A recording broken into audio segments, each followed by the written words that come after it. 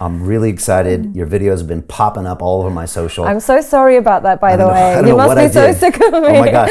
But you're everywhere. And I think you're everywhere for a lot of people.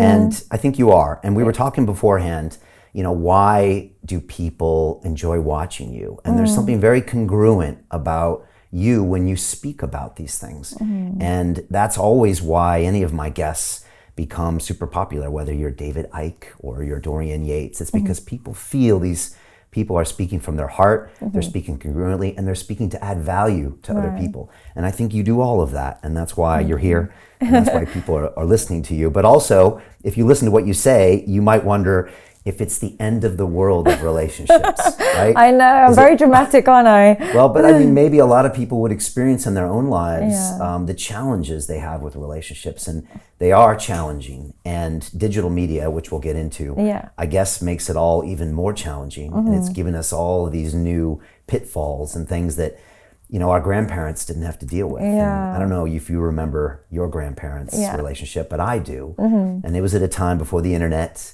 and a time where people usually stayed together, and there was something beautiful and comforting about that. I don't know if we're ever going to see that again.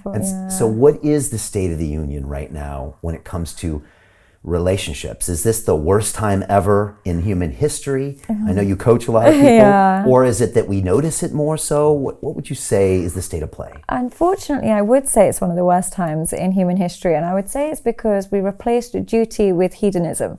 In previous generations, joining together was a duty, either a spiritual duty, a relationship duty through family.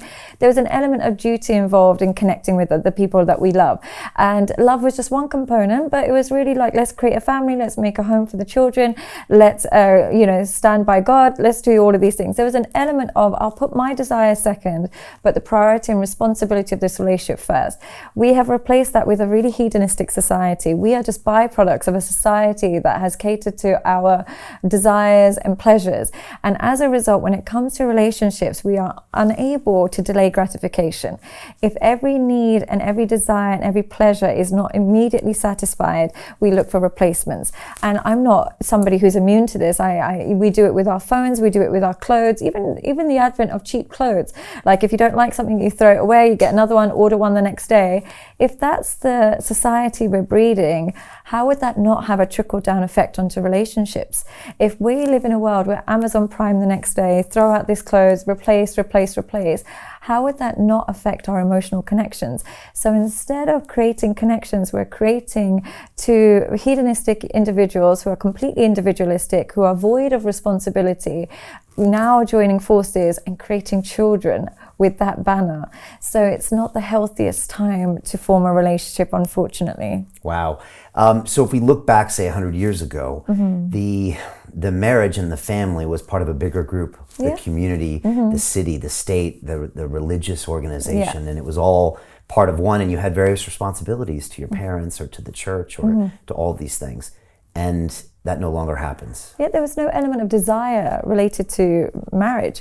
It was just the next stage of life. And it was just like how you go to work. You don't necessarily desire every job role. You do it because you got bills to pay. So marriage was the next stage of life, and you've got children to raise, and you've got money to make, and you've got a family to kind of create. And I'm not saying that was perfect, but we've now, we've made desire the primary focus behind marriage. And desire is a temporary emotion. It can't last forever. And the more connected we get with somebody, the more the desire dissipates. So of course desire is going to go. Now we've trained people into thinking if desire has depleted, you have to replace the person, rather than understanding that desire is not necessarily required in the long run. And it's not an ingredient of longevity. But we've told everybody, if you don't desire it, don't do it. And unfortunately, that makes us short-term. That will make us create short-term mating strategies, which are actually a precursor for narcissism and anti-personal personality disorder. If you look at most criminals, they tend to have one thing in common. It's lots of short-term mating strategies, because it creates a mind that uses people rather than connects with people. Isn't that wild? Yeah, that is wild.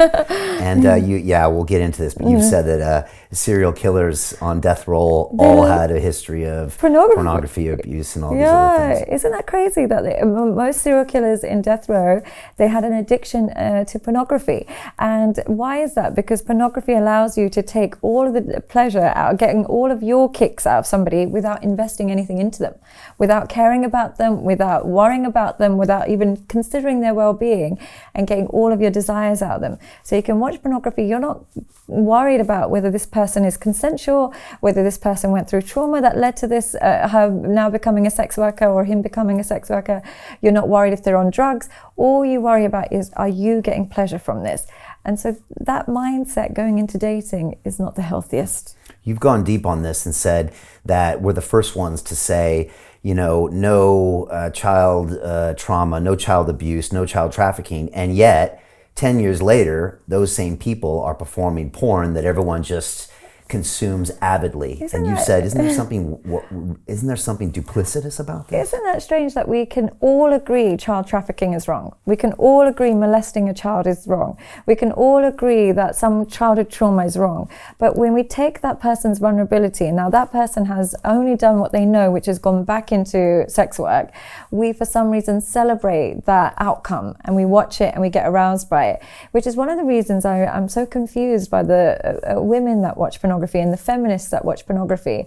You advocate so much for women's rights and you talk about patriarchy and you define patriarchy as a pay gap or having to do chores, but you don't define patriarchy as women getting raped on camera and you're watching it, or women selling their body online for $5.99 a month and men are consuming it.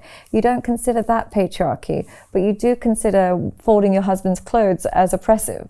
So I just think we've indoctrinated women into kind of labeling their oppression as freedom, telling them actually what we've made is them commodities to men, told them that's a liberty and that's freedom, and they've gone, okay, and that's the movement now, sadly. So Jim Rickards has just recorded a video that's not available to anyone in the public, and he's going to be talking about how this upcoming recession is going to be fast, it's going to be bloody, it's going to be nasty. But at the same time, he's going to show you how you can position yourself to profit from all of this chaos. Now, we've made this video only available to our viewers. Go to londonreal.tv/Jim. Watch that immediately. I can't say enough good things about Jim Rickards. He understands the global economic system better than any guest I've ever had on London Real. His predictions are almost uncannily true, and you can learn how to profit from his vision, from his expertise, and his understanding of economics. So go to londonreal.tv/Jim or click the link below. It's an excellent, excellent look on what's going to happen in the future and how you can position yourself to profit from that. Jim is one of the best in the business, one of my favorite guests on London Real, and he's very, very good at predicting the future and showing us all to profit from it. So click the link and I hope you enjoy.